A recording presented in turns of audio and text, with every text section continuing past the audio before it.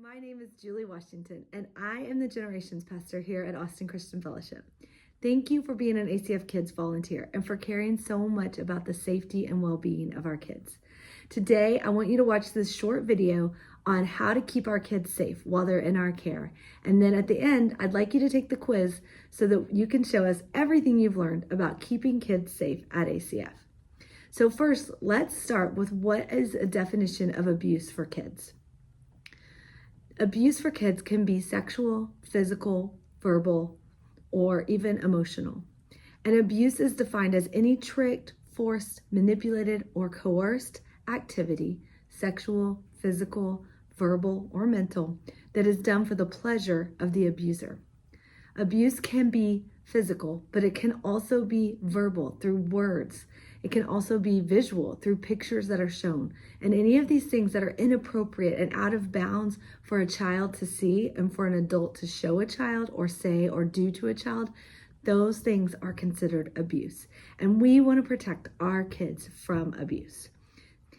Remember that abusers know these kids. Most kids are abused by somebody they know. In fact, almost 90% of child abuse is done by someone the child knows. So it isn't enough to be stranger danger anymore. And in fact, it isn't enough for me to run a background check on every single volunteer in ACF Kids.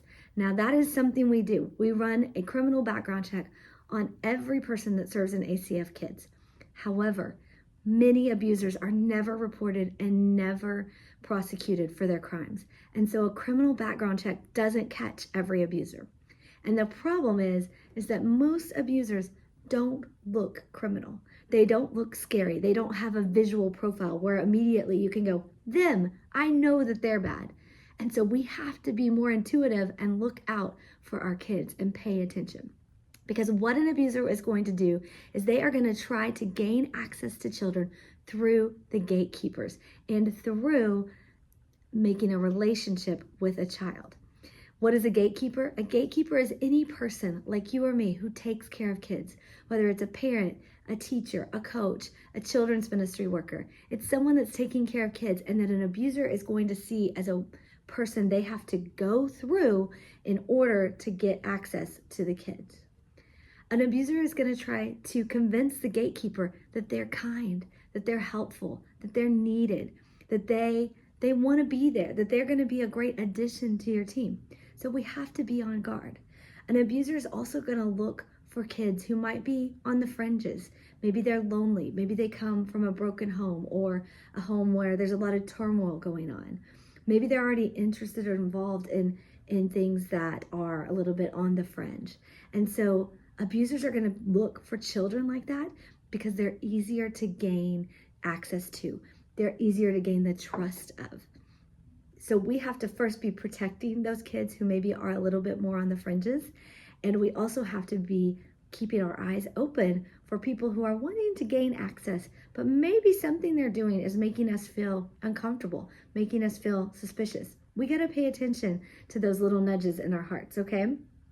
An abuser is going to take opportunities to try to gain access to a child through special favors for that child, bringing them gifts, showing them pictures that they shouldn't be showing them, inappropriate conversations, inappropriate joking, okay?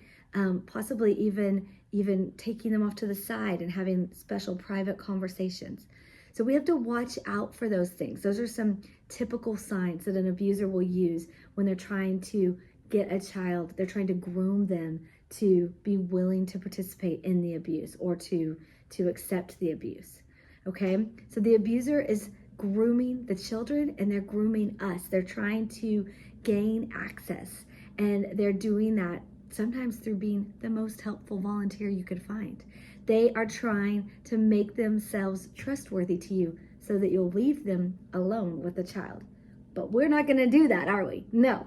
Okay, so the other thing that I want you to think about is that I told you many children don't report the abuse or abusers aren't prosecuted for their abuse.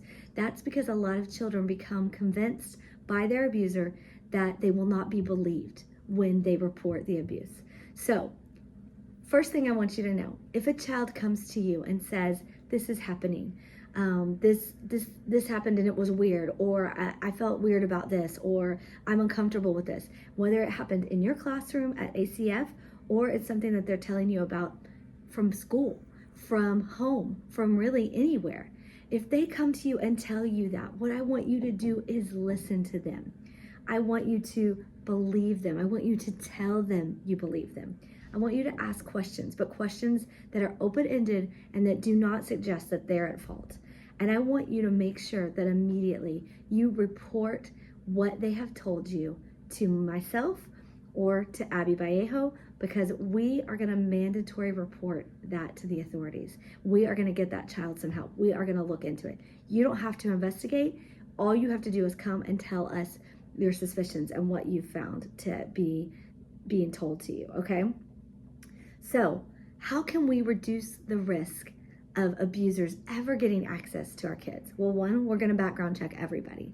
Two, we're going to interview everybody. We're going to talk to people before we put them in a room. And three, we're going to keep you together. We're not going to have you, one of you, by yourself in a room with a closed door with kids.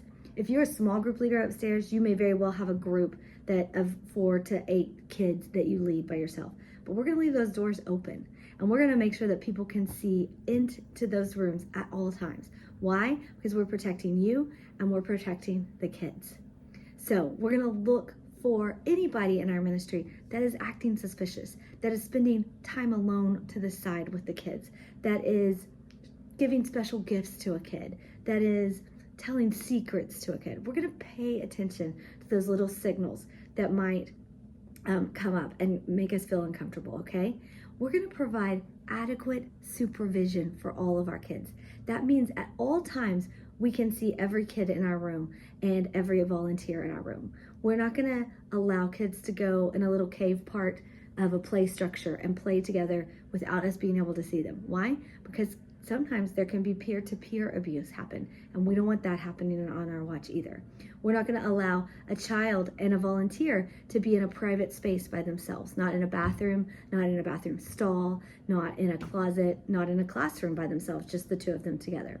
At ACFkids, we have a rule of 3, which means there's always 3 of you together. There's never just an adult and a kid, or just a kid, and with nobody else there, and nobody to say what actually happened, okay? We're gonna follow physical and verbal boundaries. We're not gonna say inappropriate things to the kids, even in joking. We're not going to show inappropriate pictures. We're not going to cross inappropriate physical boundaries because we're not gonna let kids sit in our lap. We're not gonna let kids lay all over us and drape their bodies on us. We are gonna give a side hug instead of a full-on hug because we are protecting our kids and we are protecting ourselves, okay? So providing adequate supervision, reporting anything that we see, following appropriate verbal and physical boundaries, and we're going to communicate with one another. We're going to talk to each other about what we see. Hey, I saw this happening with this child. Did that seem weird to you? Hey, Julie, this child told me this story in class, and I told them I believed them, and I asked questions, and this is what I think they are telling me. What should we do about this? We're going to create a culture of communication where we help each other out and we share with each other and we know what's happening with our kids, okay? So we're going to make sure that all of our interaction with kids takes place in the sight of others. We're not going to do anything hidden, nothing off to the side, nothing just an adult and a kid. Remember, rule of 3, rule of 3, rule of 3, okay? And that's going to protect the kids and that's going to protect you, okay? And we're going to make sure that everybody can see us at all times, right? Okay, I know that you guys can do this. I know that you care about these kids.